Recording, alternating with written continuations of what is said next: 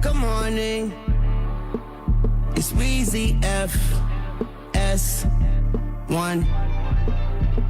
Skip the BS and put everybody after BS. PS, all I spit is FACTS. The best, Skip Bayless, yes, say less. Top of the top, apex, everyday flex. If you ain't got no haters, you ain't poppin', I ain't trying to hate. Let's have a Jordan and LeBron debate. I got time today, dripping on the chain. My diamonds say what they gotta say. If you think it's a game, I commentate, I ain't gotta play. On in the morning, I own my opponent. My competition is not an issue, it's cotton tissue.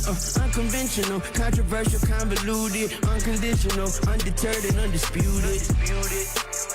Good morning.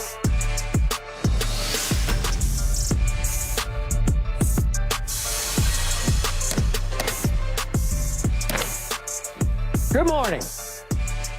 Unless you're a Cowboy fan. Or a hater, as Skip would say. Yeah. It is time to skip the BS. Time for Undisputed. Time to run it back with Mac and Dak. Whoopee! Here we don't go! And there we went. If possible, I feel even worse today than I felt Sunday night. At least then I had a metallic silver lining. At least Mike McCarthy was finally gone. Sorry, Cowboy Nation. It's April Fools in January when we've been made to look like fools for going on 30 Januaries. Look, we were down 27-0 late in the first half and 48-16 early in the fourth quarter at home, where we'd won 16 straight against the youngest team in the NFL, the first 7 seed to ever beat a 2 seed. And Jerry Jones just sent this message to his country club of a locker room. It's okay. We'll try it again next year. Maybe we'll get lucky. I remind you that effectively, we, as in Dallas Cowboys, lost 4 of our last 5 games because Detroit beat us at home until that ref handed that one right back to the Cowboys. Yet, in a statement last night, Jerry Jones actually said this. He said, I believe this team is very close and capable of achieving our ultimate goals, and the best step forward for us will be with Mike McCarthy as our head coach. There is great benefit to continuing the team's progress under Mike's leadership as our head coach. I don't know whether to laugh or cry at that statement, but you know what? Enough of me for the moment. I've got to get the perspective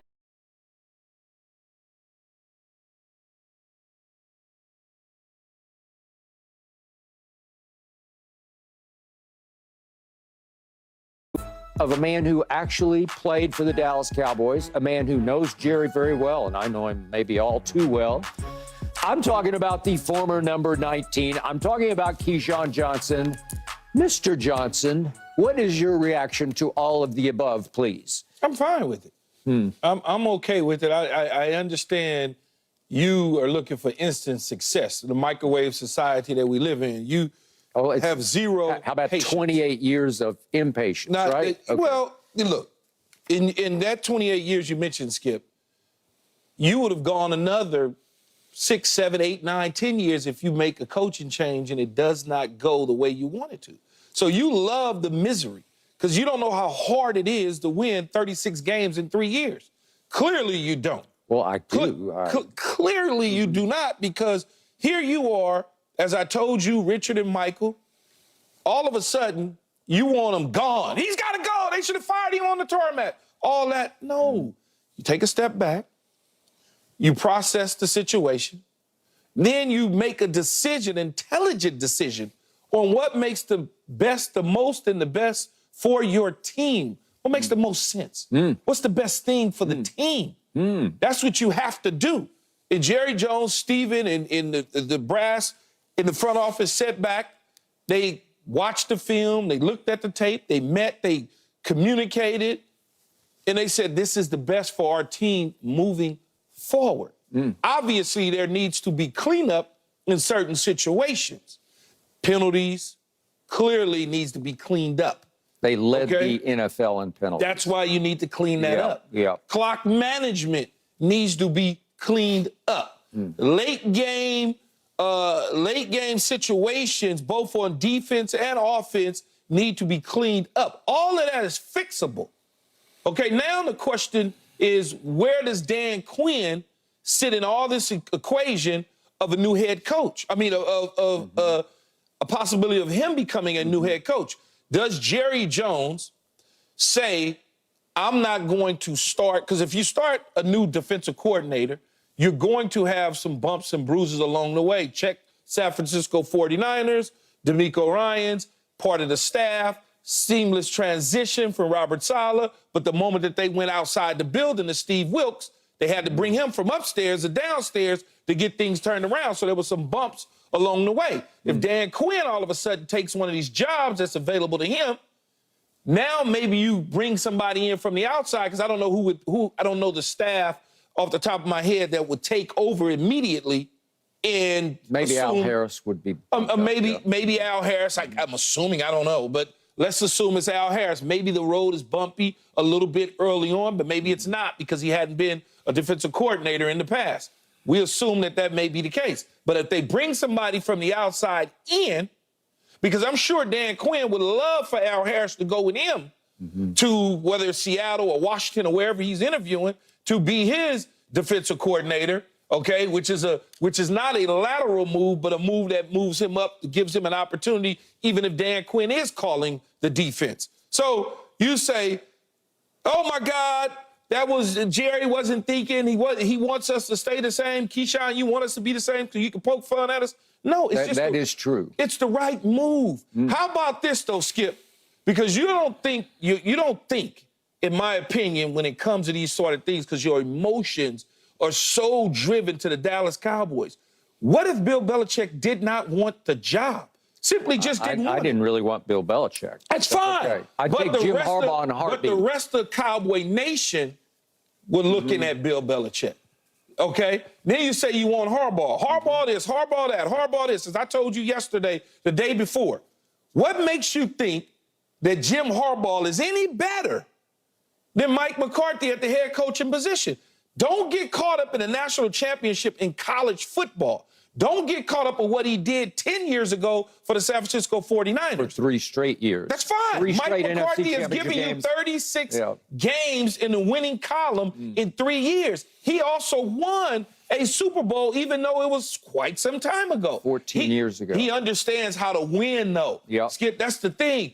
Jim Harbaugh did not. And what if Jim Harbaugh comes to Dallas and it's not what you think? So guess what you gonna say? Oh, Jim Harbaugh, why do we do this? Why do we do that? What do we do this for? I just don't understand the way y'all think sometimes. So you're saying that Mike McCarthy is a better football coach than Jim Harbaugh? No, what I am saying is Mike McCarthy and Jim Harbaugh are so close, is there really a difference maker? Yes, a huge difference. How could it be? It's called dynamic leadership. It's called Jimmy Johnson Memorial Dynamic Leadership that we don't Jimmy have. Johnson is a different coach than Harbaugh. Different personality, different style. Okay, Jimmy Johnson at halftime the other day on Fox gave the greatest halftime speech I think I've ever seen. And unfortunately, he was doing it on TV and not in the locker room. And you won 2 Super Bowls because of that. Yep. That ain't Jim Harbaugh. That ain't the same guy. I don't know about Jim. That ain't the same. I think he's a tough guy. What you need has nothing to do with Jim Harbaugh. If Mike McCarthy somehow, for me, can clean up the clock management and kind of show me, all I needed to do is slam the clipboard down once and curse out someone who done something wrong, then I might feel like, okay, well, he's demanding, because you bring up a great point. He's not a demand. He's kind of like just a coach that knows what to do, and he's kind of just there. He's not a forceful guy, but there's a lot of different speaking. But there's a lot of different ways to skin a cat. Remember Tony Dungy I played for, and I was leaving Parcells dog cursing me every other day.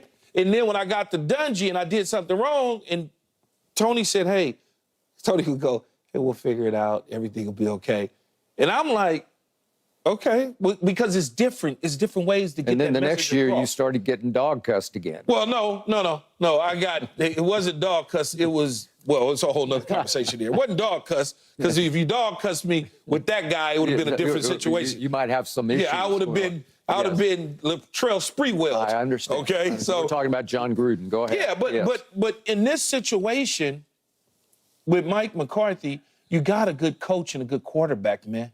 It just like Jerry said, you know how close you are? You were so close, Skip. I picked you to go to the Super Bowl when we changed our picks. I picked you to beat Green Bay because I, much like Jerry, could see that how close you are. You just stubbed your toe against Green Bay. Stubbed our toes? Are you kidding? Okay, so what do you want me to call it? It's the all-time playoff disaster I've ever witnessed in my life. It's a disaster. I've been doing this a long time. I've never seen anything like it before. 7 seed beats a 2 seed in the history of the league. But they didn't just beat. It was annihilation from the start. That happens. Well, not like that. 27 to nothing before halftime. It happens. 48 to 16 It happens early when in the you fourth. don't come to play.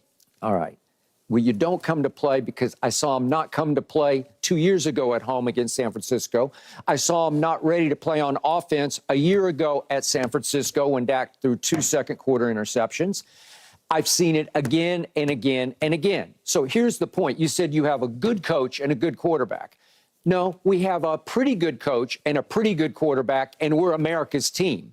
And again, I'm going to tell you my perspective. I'm spoiled, but I'm realistically spoiled, not unrealistically. How could you be spoiled because in 28 here's years? what I You should have experienced. grown up by then. Here's what I experienced. The first 30 times they played Super Bowl, 16 of those times we were in the NFC Championship game. More than half the time.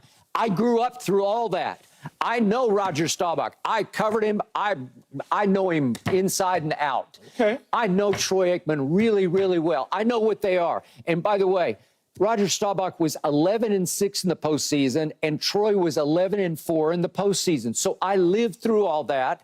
Now I'm going on 30 years of not even sniffing the NFC Championship game. So how could you I'm be going spoiled? on 3 years of 12-5 records, and for the first time in the history of this league, 3 straight 12-5s did not get that team even to the NFC Championship game, even at least to the NFC Championship game.